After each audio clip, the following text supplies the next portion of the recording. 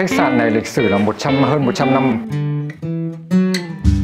Vẫn giữ được toàn bộ cái thiết kế vẻ bề ngoài đúng như thế luôn.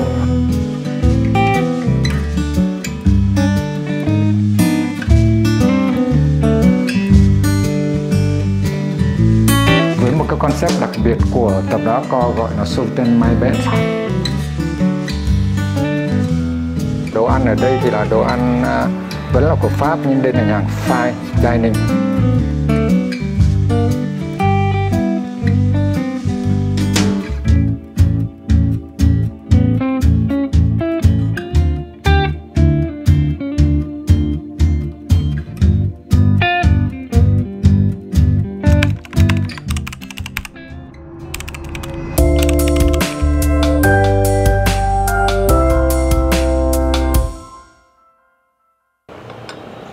Xin chào mọi người, mình đang ngồi ở quán cà phê La Terrace của Metropole. Sáng nay trời rất đẹp và ngồi cà phê với mình với một ông cũng rất hay. Ông này là ông Hiệp. Chào Hiệp. Chào cà phê sáng nay thế nào? Cà phê thì ngon, cà phê Metropole thì em không dám chê.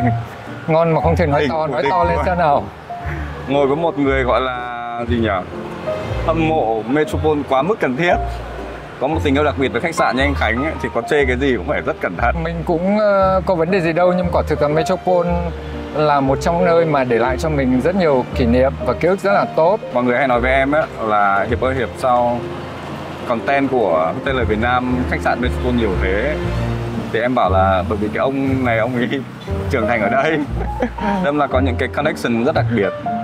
Thế mà em cũng rất là tôn trọng khách sạn này. Nghe nói là cái Heritage Wing mới sửa xong đúng không? Đúng rồi, tòa Heritage Wing này được khai trương từ năm 1901, có nghĩa là đã hơn một thế kỷ rồi. Và chính xác là đến hôm nay là 123 năm. 123 năm. Hơn cả tuổi ông nội em. Đúng rồi. Khách sạn này thì rất lâu đời, rất cổ kính, nhưng nó không bị già cỗi tí nào cả. Rất ổn. Từ ngày cải tạo, khai trương lại, Hiệp chưa vào khách sạn này cho hôm nay muốn đưa Hiệp xem khách sạn và cũng muốn dẫn mọi người để xem khách sạn luôn. Nào mời bạn Hiệp đi vào trong này. Ok. Đây là sảnh của khách sạn Metropole Heritage Wing. Chào Giao. Bonjour, ça va bien? Lâu lắm rồi gặp lại anh ạ. Nghe anh cũng tiếng Hồ đồn lâu rồi, hôm nay mới được diện kiến Giao. Dạ vâng, em cũng xem rất là nhiều những cái podcast và rất là clip của các anh về trên Facebook hay là trên các social media, thì đã thực sự là truyền rất là nhiều cảm hứng cho các bạn trẻ và khiến cho tiếp lửa nghề cho bọn em rất là nhiều. Xin cảm ơn mọi người đã dành thời gian đến quay lại Metropole ngày hôm nay ạ. Hôm nay anh đến tham quan khách sạn đúng không ạ? Không tham quan đâu. Dạ. Anh dẫn ông em dại này đến xem tòa Heritage Wing. Bạn này giải ngố đấy. Vâng, may quá, em cảm ơn anh. Tại vì Heritage Wing thì cũng mới được mở cửa lại vào tháng 12 năm vừa rồi. Năm vừa rồi. Vâng ạ.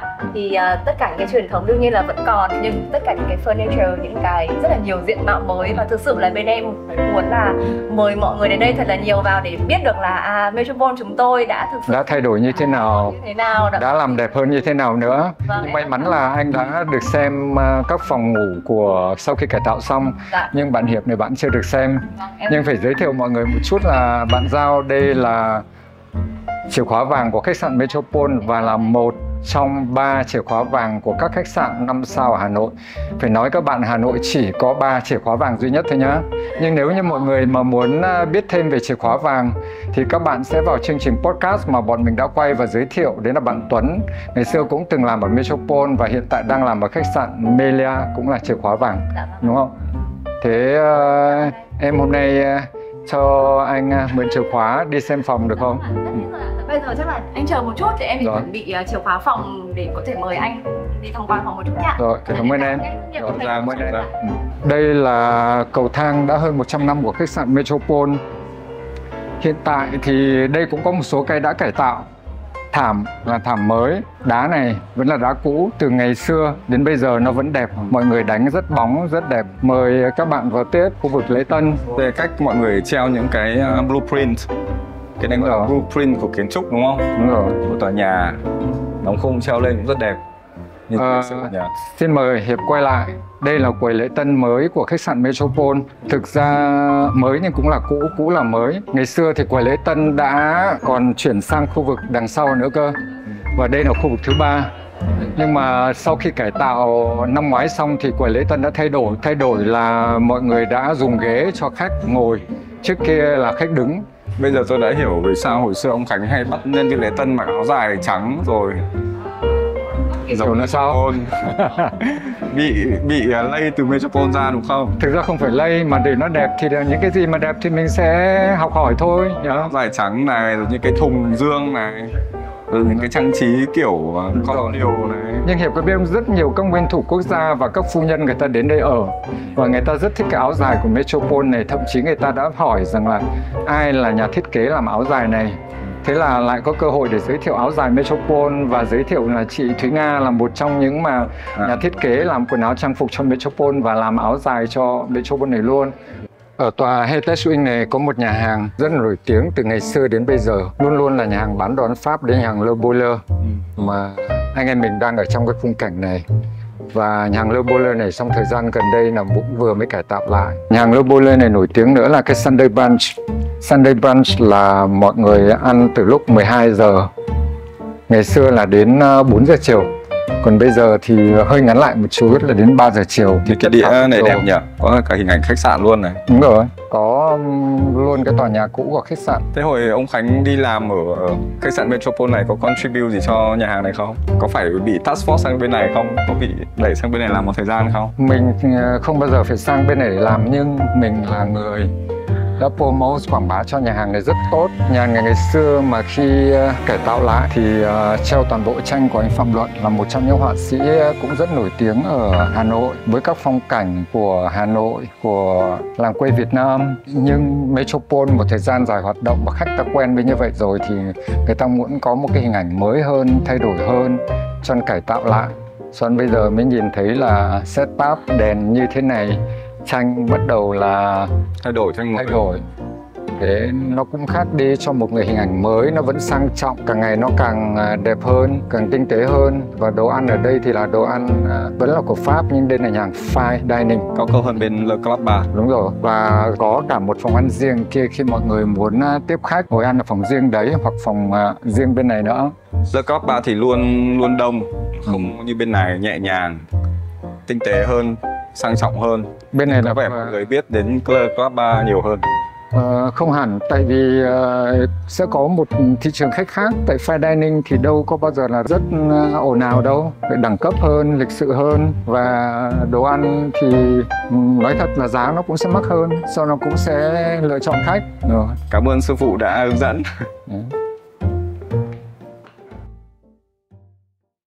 Bây giờ mình sẽ xem kỹ lại cái hành lang lịch sử này. Tại đây có nhiều cái rất là thú vị. Hiệp có thể nhìn thấy những cái menu từ ngày xưa của khách sạn Metropole. Nhìn thấy chưa? Rất cổ. Và chữ viết cũng đánh chữ đúng không? Nhưng mà bên này có cái menu này. Đấy. Chữ, thấy chưa? Trang trí, ổn chưa? Đang thấy xem mấy cái hình này cũng hay này. Khách sạn hồi xưa rồi xích lô các thứ. Nhưng mà có biết nó khác cái gì không? Đây mấy tầng? Nhỉ. Có 3 tầng này, rồi thêm một cái đúng rồi, mái nữa. Đến năm 1960 khách sạn này mới thêm một tầng nữa. Nhưng mà không bỏ kết cấu gì của chồng tầng lên. Đúng rồi, vẫn giữ được toàn bộ cái thiết kế vẻ bề ngoài đúng như thế luôn. Đây là nhà văn Graham Greene, là người viết truyện Người Nữ Trầm Lặng, đã từng ở khách sạn Metropole này năm 1949. Và ông ấy cũng hay xuống dưới bar để uống rượu và uống cốc tây. Cho Metropole bây giờ mới có cốc tây gọi tên là Graham Greene. Và chính vì thế thì sau này mới có bộ phim Người Mỹ Trầm Lặng, The White America, và quay phim toàn bộ Metropole làm chương trình Catherine cung cấp cho đoàn làm phim này. Và trong đây, đấy, ông này là Michael Caine, người đóng Điệp viên 007. Brendan Fraser là đã từng đóng phim chính trong phim Xưa Ai Cập. Thậm chí cả Tổng thống Mỹ này. Nhưng có biết ai đứng bên Tổng thống Mỹ không? Cái người chụp tấm hình này cũng vui tính nhỉ. Chọn đúng lúc ông Trump trông rất chỉ là cảm xúc. Rất hay. Còn đây là ca sĩ nổi tiếng của Mỹ là John Baez, người đã từng trú ẩn ở dưới hầm trú ẩn của Metropole và hát trong giai đoạn mà chiến tranh chống Mỹ. Là cái hôm mà tiếp thi pha chế đúng không? Đúng rồi. Xong nó bật bài nhạc này lên khi pha cocktail phở, xong mọi người vỗ tay. Và chính là cô này hát. Chuẩn luôn, rất cảm xúc. Thế bây giờ muốn cho Hiệp xem khoe một tí nữa. Anh Khánh từ từ. Cái tranh của John Baez vẽ này hình như tranh chính treo ở sảnh này đúng không? Đây là cô vẽ đúng không? Đúng là rồi. Chính là tranh ở lobby. Lobby ngoài kia. Mà cô ấy là nhìn vào cái bức ảnh và cô vẽ lại. Bây giờ khoe Hiệp một chút là vào trong khu vực này. Sao trong này có gì? Có nhiều cái đặc biệt chứ, đặc biệt nhất là nhìn thấy mặt ông Khánh ở đây. Mình là người đã đón rất nhiều công nguyên thủ quốc gia, và trong cái ảnh này là đón ông McNamara, là ông ấy cùng với một phái đoàn của Mỹ sang đây để tham gia một cuộc hội thảo về các câu hỏi đã bị mất chiến tranh ở Việt Nam. Và sau này có một quyển sách gọi là The Argument Without End đã được xuất bản. Đấy. Hồi đấy nhiều thịt thà hơn, nhiều tóc hơn, nhiều răng hơn, nhưng cái tinh thần, cái con mắt này vẫn thế đấy. Già rồi nó phải khác. Đây nữa này, James Fonda cũng là diễn viên điện ảnh, ca sĩ nổi tiếng của Mỹ, cũng đã từng ở Metropole, cũng trú dưới hầm trú ẩn ở dưới này. Có ảnh của Bác Hồ. Từ ngày xưa Bác Hồ cũng hay dùng khách sạn Metropole, ngày xưa khách sạn Thống Nhất, để đón tiếp các đoàn khách quý hoặc các đoàn ngoại giao. Cái nắp hố ga chính là nắp xuống hầm trú ẩn luôn đúng không? Nhìn sợ, em vẫn thấy hơi sợ. Đây có chỗ này có cái tranh máy bay thả bom, những bom giải thảm. Vì lịch sử của Metropole là gắn liền với lịch sử của Hà Nội.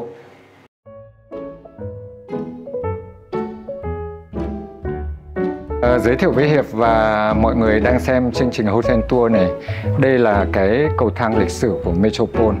Khách sạn này lịch sử là hơn 100 năm và cái cầu thang này cũng hơn 100 năm. Các bạn phải ngó lại đằng sau một tí, kia ngày xưa là treo một bức tranh rất to của anh Bùi Hữu Hùng, là tranh lách cờ. Và bây giờ thì thay bằng toàn bộ các cái tranh mà các bộ trang phục của dân tộc của Việt Nam. Bởi vì Metropole, cái tòa này mới cải tạo lại và cũng muốn làm thay đổi một hình ảnh mới. Nhưng cái đặc biệt đây nữa, đây là gỗ lim. Từ năm 1901 vẫn giữ được đến bây giờ. Hiệp sờ mà xem rất mát, rất thích luôn. Cho nên khi cải tạo lại cái này hầu như là phần lớn gỗ giữ lại, 70% gỗ giữ lại. Còn 30% những cái nào mà nó không ổn mới phải thay. Và một cái hay nữa đây chính là cái đèn chùm rất đẹp, đúng không? Cảm nhận thấy cái đèn này thế nào bạn Hiệp? Đèn đẹp. Ôi, dây thả từ tiết trên cao, tầng 4 cái thả xuống nhỉ? Đúng rồi. Mọi người cũng rất cẩn thận bọc cái sợi xích lại trông cho nó không bị mất thẩm mỹ nhỉ? Đúng rồi. Đấy là sự khác biệt, là attention to detail, cô ấy nghĩ là để ý từng chi tiết một. Tại Metropole tất cả mọi thứ đều rất chi tiết, rất chỉnh chu, rất đâu ra đấy. Cả những cái phần bên trong của cái đèn này được lau cũng rất sạch sẽ nha. Đúng rồi. Mặc dù cái này rất khó để lau đúng không? Nhưng mọi người thấy chưa? Rất sạch, không có bụi luôn. Mà thích nữa là xung quanh hành lang này ngồi này, bàn ghế, khách có thể ngồi thư giãn rất thích. Thậm chí có cả cây chuối nữa. Và nhìn ra ngoài khung cửa, nhìn ra đường của 15 Ngô Quyền. Có hỏi mà không biết chỗ này có thể làm podcast được, ngồi đây quá xinh. Không biết là có đặt được máy không nữa chứ. Tận dụng nhiều quá ông ơi, vừa phải thôi. Mình đi xem phòng nhỉ? Metropole ở tòa cũ này thì ngày xưa là có 109 phòng. Sau khi cải tạo lại bây giờ thì còn có 103 phòng, bởi vì một số phòng mà muốn làm nó rộng hơn để cho khách cảm thấy thoải mái hơn. Bây giờ mình sẽ xem loại phòng gọi là Grand Luxury.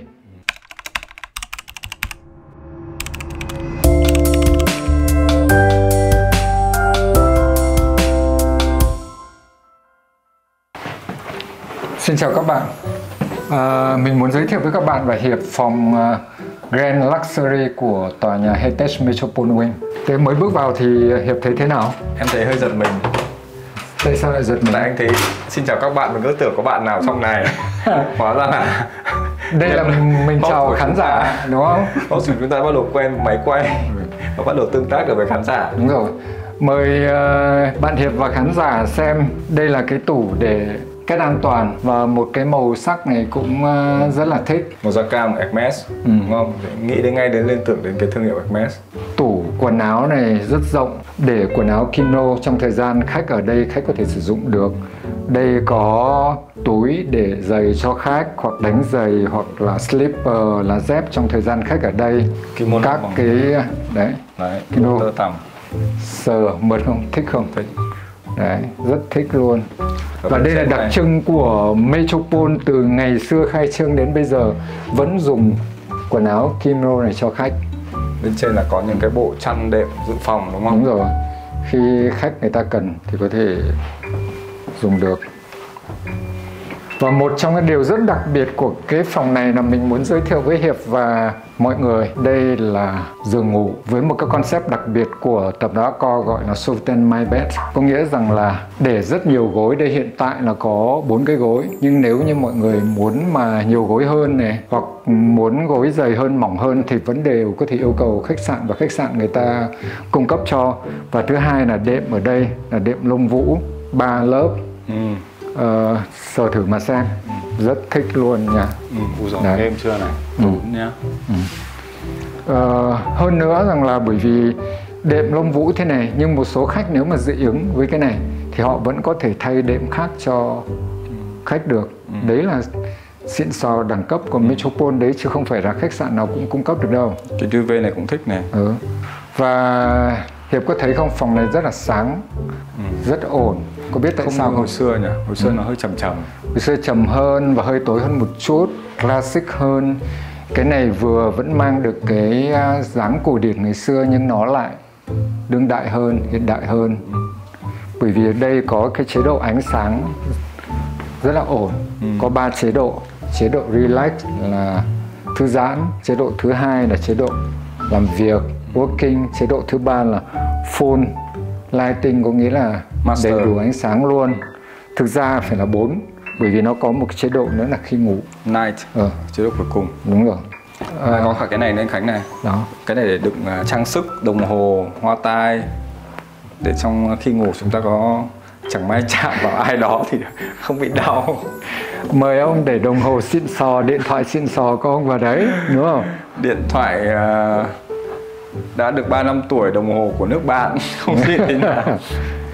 Đây phải cho khán giả xem nữa là cái điện thoại rất đẹp, cổ kính. Đấy. Cái điện thoại này là mình nhớ lại hồi còn nhỏ mình lên cơ quan của ông già là đồn công an á, thường xuyên có những cái điện thoại này để gọi đi, rất nhớ mà mình hay tận dụng để nghịch gọi đi khắp nơi. Hiệp gọi room service thì gọi đồ ăn đi, cũng đói rồi đấy. Nếu anh Khánh trả tiền thì ok. Ôi giời, chuyện nhỏ như con thỏ nhá. Cái rèm này cũng thích nhỉ. Đúng rồi, rất bắt mắt và hợp với màu nhá. Cửa sổ màu xanh bằng gỗ kia. Đây là cửa kính 2 lớp, cho nên là cách âm rất tốt. Mình có nghe thấy tiếng ồn của ngoài phố Ngô Quyền đâu, đúng không? Để mình thử nhá. Mọi người lắng nghe thử nhá. Mở ra mới nghe tiếng ồn chứ còn nó đóng lại không nhìn thấy, không nghe thấy. Thứ hai nữa, cái cửa sổ nó rất là rộng, rất thích, đúng không? Nó có một ánh sáng tự nhiên vào khi mọi người cần. Đúng là cái tòa nhà của... Em thấy tòa nhà này của Pháp xây hồi xưa đúng không? Đúng rồi. Cầu thang lên cũng rất to. Hành lang cũng rất rộng. Đúng rồi. Corridor chiếu nghỉ cũng rất rộng. Đúng rồi. Cửa sổ cũng rất to. Đấy. Thậm chí trong phòng ngủ còn có cửa sổ. Cái cửa này cũng xinh xắn, dễ thương đúng không? Này. Điệu không? Hơi bị được nhá. Đấy. Cho nên khi mọi người tắm đây có thể đóng cửa lại cũng được, mà có thể mở cửa ra. Nếu như mà đi trăng mật này, các cặp đôi này là khách là có thể mở nó ra. Nhưng mà chắc ông Hiệp thì thôi, đóng cửa lại thôi đúng không? Có một cái nữa là thay đổi khi mà cải tạo cái này. Tòa nhà này từ năm 1901. Thì ví dụ như cái hành lang rồi mình bước lên tất cả gỗ là gỗ lim từ năm 1901. Cái sàn này vẫn giữ được gỗ từ ngày xưa này. Nhưng cái mới là cái bàn này. Bàn này là gỗ mới. Nhưng cũng không bị lệch tông. Đúng rồi, Match. vẫn rất matching, rất hợp với nhau. Đấy. Cái này thì sao anh Khánh? Cái này chắc cũng mới à? Cái này mới, Mới. cũ làm sao mà ngày xưa mà giữ được đến bây giờ, tại vì nó nhỏ chứ nó không to, đúng không? Thế mà sử dụng thì nhiều. Tiếp nữa, xịn sò đây là TV thông minh. TV thông minh, IPTV, rồi hệ thống Loa thì nông, loa không đúng dây ở không? đây. Mời bạn xem cái này cũng đặc biệt này. Đây tủ minibar, vẫn một cái màu sắc màu vàng của Hermes, rất sang trọng, rất trẻ trung, đầy năng lượng. Máy pha cà phê, trong thời gian khách ở đây là được sử dụng cà phê, trà miễn phí. Miễn phí là trong ngăn kéo này. Đúng Còn rồi. cái dãy này là trả tiền. Đây nhá, các viên cà phê này, Nén cà phê. bạn muốn uống nhiều cũng được hết, sẽ yêu cầu nhân viên mang lên miễn phí. Trà, nhiều loại trà khác nhau, trong đấy nhìn này có trà Hà Giang này, American Tea này, nhìn chưa, Lemongrass này, các loại khác nhau, ô long. Em thích cái bộ ấm trà này này. Đẹp, màu sắc hợp luôn với cả cái màu này nhỉ. Narumi. Rồi. Thích uống trà, gọi bao nhiêu mọi người mang lên, nhưng muốn mua về làm quà thì lại có cái này rất hay. Hộp trà đẹp không? Thiết kế hơi bị được, rất sang trọng nhưng nhìn nó rất cổ. Siêu Thì nhỉ. xin mời bạn. Metropole cũng biết kinh doanh nhỉ. Bây giờ Bán cả trà. một là thuận tiện cho khách, khách muốn mang về làm quà, khách thích khách có thể mua, rồi tất cả các đồ mini bar ở đây để cho khách sử dụng, rượu, nước, hoa quả, mọi thứ luôn. Đấy. Ok. Sang trọng, lịch sự, đẳng cấp, vẫn mang được nét cổ kính nhưng nó hơi hiện khác đại hơn. Khánh ạ. Hồi xưa có nhiều tranh họa sĩ hơn nhỉ. Đúng rồi. Bên này có vẻ giảm bớt hơn, mà thay bằng những tranh trang trí, hoa, rồi những cái blueprint, những cái tranh nghệ thuật. Thay đổi lại cho nó mới đi, tại mãi mãi cứ Hay là mãi các họa kiểu sĩ mãi. đòi tranh. Không. Các họa sĩ cũng muốn được đặt tranh ở Metropole chứ, rồi bán tranh cho Metropole thì quá tốt luôn chứ. Hồi xưa anh Khánh là một tay bán tranh đấy. Không, tôi Lợi dụng vị trí lễ tân ở trong khách sạn. tôi đúng không bán tranh mà tôi mời các họa sĩ đến đây để trao tranh. Ví dụ anh Bùi Hữu Hùng, anh Phạm Luận, kể cả bạn Đinh Quân này. Anh Ninh Quân hồi xưa cũng để tranh ở đây. Rồi xong rồi triển lãm nhiều tranh của cả anh Đặng Xuân Hòa nữa, khách rất là thích. Và treo tranh của anh Bùi Hữu Hùng, khách nào cũng hỏi là ai là tác giả của bức tranh này. Tưởng là khách nào cũng hỏi là Khánh ơi mua cái tranh này ở đâu. Nào mời bạn Hiệp vào đây xem nhà tắm này. Nó cũng có rất nhiều cái hay và thú vị của cái nhà tắm này. Một là nhìn cái bồn tắm này dễ thương không? Đúng không? Đẹp nhỉ? Đây là một trong những thương hiệu mà cũng rất là xịn sò, đỉnh, Victoria Albert. Nhìn sờ rất chắc chắn nhá. Nguyên khối đúc. Xả nước nóng ra nằm đây cũng hơi đã nhỉ. Đấy, Đổi nhìn cái ra ngoài giường ngủ, cái cửa sổ này cũng rất thích, thiết kế rất là thích cái này. Và cái thứ hai nữa là đây này, cái bồn vệ sinh này cũng giống như bồn vệ sinh mà ông Hiệp nói về khách sạn cái gì gọi là gì? The Yacht. The Yacht ở Hạ Long đúng không? Đây là bồn vệ sinh Sensor. Toto Sensor của Nhật. Xin mời bạn có thể dùng nhiều chức năng khác nhau ở đây. Trời lạnh, bạn ngồi có ấm áp, bạn dùng được nhiều các cái tiện ích khác nhau, không cần phải dùng đến tay, đúng không? Đấy, đây vẫn có điện thoại, thấy không? Tiếp nữa, đây này, phải nói với Hiệp là cái đá này. Cái đá này nhập từ Tây Ban Nha về đấy. Đây là cái hộp này đựng gì anh Khánh? Sao đoán thử xem, thông minh thế mà không đoán được à? Giấy đi toilet. Đúng rồi. Ngày xưa là mọi người để cái cuộn giấy và bọc vào cái vải rất là đẹp, màu đỏ cũng rất là classic.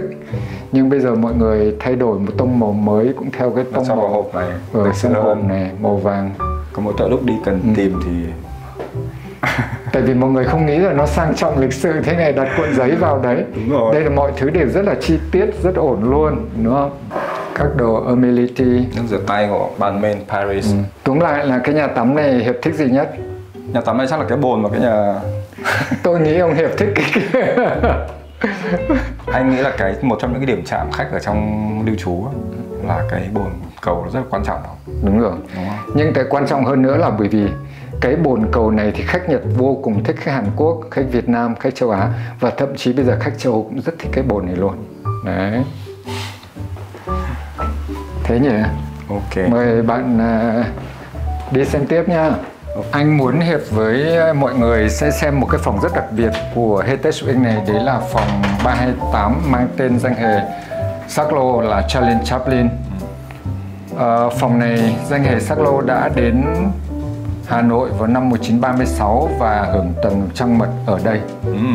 Honeymoon ở đây. Điều đầu tiên là Hiệp sẽ nhìn thấy đây là khu vực mini bar. Nó vẫn giống như cái phòng Grand Luxury mà Hiệp đã xem, nhưng nó khác một chút là cái máy cà phê to hơn, xịn sò hơn. Đồ đạc ở trong này thì vẫn có trà, cà phê, đồ uống như thế. Nhưng ở đây sẽ có một số ly cốc và ly uống champagne. Bởi vì phòng suite cho nên là phải xịn sò nó uống champagne. Cà phê xịn rồi, ly cốc cũng xịn hơn. Đúng rồi. Mọi thứ cơ bản cái này là layout hơi khác thôi.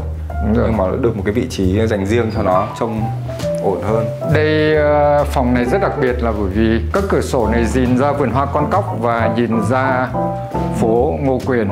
Khách rất thích phòng này bởi vì nó có rất nhiều cửa sổ và có hai cái view nhìn rất khác nhau. Cái vườn hoa Con Cóc này cũng đặc biệt. Chính vì vậy mà cái phòng này có rất nhiều những người nổi tiếng, các nguyên thủ quốc gia ở đây. Ngoài danh hề sắc lô ra thì ví dụ như một huyền thoại của ban nhạc Rolling Stone cũng đây là Mick Jagger cũng ở đây. Move It Like Jagger, anh biết bài hát đấy không? Mình thì đâu có biết nhiều như bạn Hiệp được. Bạn có thể hát cho mọi người nghe đi xem nào. Bài đấy phải nhảy. Đấy, tiếp nữa nhá. Đây, thấy cái này hay. Thì cho khán giả mọi người xem. Đấy. Quyển sách ảnh Elle Image của Chaplin. Đấy. Đây là những cái scene trong bộ phim.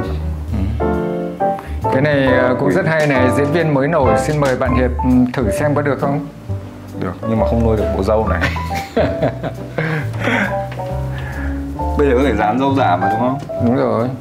TV này cũng lớn hơn TV phòng kia. Đây vẫn TV, IPTV này, vẫn hệ thống âm thanh xịn sò này, chỉ điều là to hơn, rộng hơn. Riêng.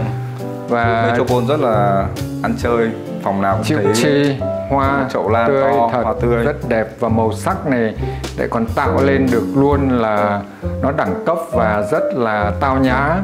Cửa sổ đây em thấy rèm màu sắc cũng khác với phòng Grand Luxury đúng không? Bên kia thì màu nó xanh hơn. Đúng rồi. Bên này thì rèm là màu nâu. Đúng rồi. Nhưng Cửa màu sổ nâu này không chan hòa ánh nắng đúng không? Rất thích. Ok, mình Thế bây giờ mời bạn Hiệp và mời mọi người sang xem phòng ngủ đặc biệt như thế nào nhé.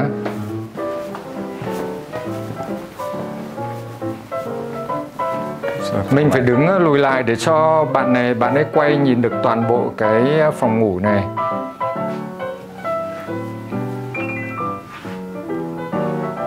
Phòng ngủ có 1, 2, 3 cửa sổ. Đúng rồi. Và hướng đây là buổi chiều là hướng nắng xiên vào phòng rất đẹp. Em thích cái bàn làm việc này anh Khánh này. Bàn làm việc này da bọc thích không? Sờ rất thích luôn nha. Xong cái màu sắc này nó cũng rất là gọi là gì? Tấm để ký tài liệu mà da bọc cũng đẹp này, hai miếng da đặt lên nhau. Có 2 cửa sổ, một cửa sổ thì buổi chiều nắng xiên vào luôn này. Còn cửa sổ này buổi sáng này, nắng vào này. Đúng rồi. Mặt phòng bàn ghế ngồi làm việc lại có tường đằng sau rất dễ chịu. Đúng rồi. Cửa sổ kia nữa. Nhìn đấy. 1, 2, 3 cửa 3 sổ. cửa sổ. Riêng phòng này, phòng ngủ, phòng khách đã 5 cửa sổ rồi. Cho nên khách rất thích phòng này vào như như vậy. vậy. Vệt ren thêu ở trên tấm ga, nhìn thấy không? Phòng ngủ đệm mình không cần phải giới thiệu nhiều nữa bởi vì vẫn theo một cái concept là Sofitel My Bed. Nhưng cái chăn này, cái drap này là khác nha. Đúng rồi, cái họa tiết này. Họa tiết này khác. Cho các phòng suite nó sẽ khác đi thành vì như vậy. Mình ngó vào phòng vệ sinh anh nhỉ? Phòng này mới là đặc biệt tiếp này. Một khu trang điểm riêng, Xin mời bạn Hiệp ngồi trang điểm. Ngôi sao mới nổi mà. Chưa dám xài bất cứ đồ gì. Chỉ có một lọ duy nhất dành cho cả 3 việc. Xin mời vào trong này. Ok. Nào, thấy phòng tắm này đẹp không? Xin mời bạn đứng lùi lại, che hết ống kính của mình nhá. Đấy. Trong này hoa phong lan tươi, đẹp không? Màu sắc rất đẹp luôn. Đây cũng một cửa sổ nữa Hiệp này. Đấy. Cái cửa sổ này tuy nhỏ thôi nhưng khi người ta đặt cái mảnh vào tự nhiên mọi thứ nó trang minh đẹp hơn hẳn. Đây là một cái nét điểm xuyết rất là tinh tế. Đúng rồi. Metropole khác biệt các khách sạn khác, và thường mình hay nói các bạn là khách sạn 5 sao người ta cần để ý đến từng những cái chi tiết nhỏ nhặt. Chính những cái chi tiết này nó mới làm nên đẳng cấp của khách sạn, đúng không? Khi mình đặt cái rèm nó vào đây thì nó làm cái cửa sổ nó sẽ đẹp hơn rất nhiều. Còn nếu mình bỏ cái đi thì nó lại rất bình thường. Nó chỉ là một cái ô kính thông hơi, một cái cửa sổ bình thường, mà bên xung quanh là cái viền thép rất là bình thường. Đúng rồi. Bồn tắm đẹp, tắm đứng này cũng rất thích luôn này. Đấy, xin mời đứng dịch ra để có. Đấy, tách biệt luôn. Nếu mà chắc là những cái thời điểm sau này thì chắc mọi người sẽ có cái bồn tắm to hơn nữa. Bởi vì là cũng xây từ lâu rồi nên bồn nó chỉ được như vậy. Diện tích đây tại không mở rộng được nhiều cho nên không thể ưu tiên được tất cả mọi thứ. Tiếp nữa này, ngó chi tiết mình nói cho mà biết nha. Kể cả chai nước này, chai nước miễn phí cho khách uống, nhưng rất chi tiết là bọc bằng vải lụa rất đẹp, đúng không? Bên trong màu đỏ, ngoài màu đen, hợp với màu luôn, thắt nơ, rất đẳng cấp. Đấy chính là chi tiết, attention to detail là như thế đấy. Cái gì họ có thể tối ưu được là họ đã làm luôn rồi. Closet riêng, để đồ riêng. Đúng rồi. Ok. Có cần phải ngó cái này nữa hay thôi? Cái này thì chắc cũng giống phòng kia thôi. Đúng rồi. Cũng mười mấy cái mát. Nó rộng ở chỗ này, mọi người không nhìn thấy thôi. Hiệp thấy phòng này thế nào, cho được bao nhiêu điểm? Sau này cho điểm thì sợ Phạm Húy. Cứ mạnh dạn thì nói gì, đẹp thì nói là đẹp, mà không đẹp thì nói là không đẹp, có gì đâu. Phòng này mà cho điểm sợ cụ Sắc Lô. Cụ mắng. Phòng này trên 100 điểm. Em nghĩ là phòng này sẽ là gần như là xác định định vị luôn một cái phòng suite tiêu chuẩn. Nó phải thế nào ở cái phân khúc kiểu classic luxury thế này. Nó define thành một cái standard hoàn toàn khác. Tuy nhiên là hồi xưa thì nó có thể có những cái không được bằng những khách sạn 5 sao mới mẻ bây giờ, nhưng mà về mọi thứ tối ưu thì em nghĩ không thể tối ưu hơn được. Đặc biệt là cái thiết kế những năm trước như cái 3 đến 5 cửa sổ anh nhỉ? 1, 2, 3, 4, 5 cửa sổ. Nhà vệ sinh một cái cửa sổ nhỏ đó là 6 cửa sổ. Làm sao mà tốt hơn được? Em nói không bằng là không bằng cái gì. Tất cả mọi cái đều rất ổn. Chỉ duy nhất chắc là em định nói là cái diện tích của cái phòng kia nó hơi nhỏ, đúng không? Em thì trên quan điểm của em làm sau một số năm thì em thấy là càng ngày cái khu vệ sinh nó càng quan trọng. Nó là một cái điểm chạm cực kỳ quan trọng cho khách lưu trú, nên là cố gắng nó rộng rãi này, nó sạch sẽ này, rồi nó tối ưu được cái công năng. Người này là dùng cái này, người kia dùng cái kia thì vẫn hay hơn, đúng không? Nhưng mà khu phòng ngủ và phòng khách thì quá là ổn rồi. Còn tất nhiên không phải đơn giản là gọi là legendary suite, đúng không? Nói thì nói thế comment vậy thôi chứ làm gì có tiền mở. Biết đâu được ngôi sao mới nổi sau này có rất nhiều tiền để vào đây mở, cũng lại tuần vỡ mật chứ phải trăng mật, đúng không? Thôi về nộp. Hiệp có muốn xem gì nữa ở tòa Heritage Wing này không? Anh em mình đã xem Le Beaulieu này, xem ở sảnh này gặp bạn Giao này, lên 2 hạng phòng, đúng không? Ở tòa này còn gì nữa không anh Khánh? Ở đây có 3 phòng suite mang tên danh hề Sắc Lô này, rồi một phòng suite nữa mang tên Granham Greene là nhà văn viết chuyện người Mỹ trầm lặng này. Xong một nhà văn nữa là Somerset Maugham là có 3 phòng suite đấy. Thế ngoài ra thì có phòng family, phòng connecting room, nhưng mà phần lớn thì cũng có những cái nó sẽ giống nhau và có những cái khác nhau một chút. Đặc biệt là 3 nhân vật thì 3 phòng suite thì có những cái trang trí đồ nội thất cũng khác đi, mang phong cách của các nhân vật đấy. Nhưng mà em có thể đã hình dung ra được phần lớn về cái tòa Heritage Wing này rồi. Em nghĩ là 2 cái phòng này cũng đại diện khá là rõ nét về cái sự thay đổi của tòa Heritage Wing này, đúng không? Nói hơi lịch sự một chút nhưng mà hy vọng rằng là Hiệp và tất cả mọi người thì đã có một cái trải nghiệm rất là thú vị khi mình có một hành trình khám phá và cảm nhận được tòa Heritage Wing của Metropole sau gần 2 năm cải tạo, đã thấy thay đổi như thế nào, đã làm đẹp lên bao nhiêu và vẫn giữ được cái lịch sử và cũng như cái văn hóa cũng như cái nét mà cổ xưa của khách sạn Metropole.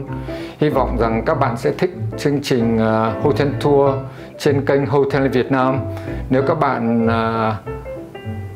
thích nó thì các bạn hãy cho xin một like, có được không ạ? Xin cảm ơn. Cảm ơn mọi người rất nhiều đã theo dõi chương trình. Cảm ơn anh Khánh. Thôi đã tiện ở đây rồi thì xuống mời em ăn fine dining một bữa nhỉ? Thôi cũng đành phải bóp bụng mời bạn Hiệp xuống nhá. Cảm ơn anh.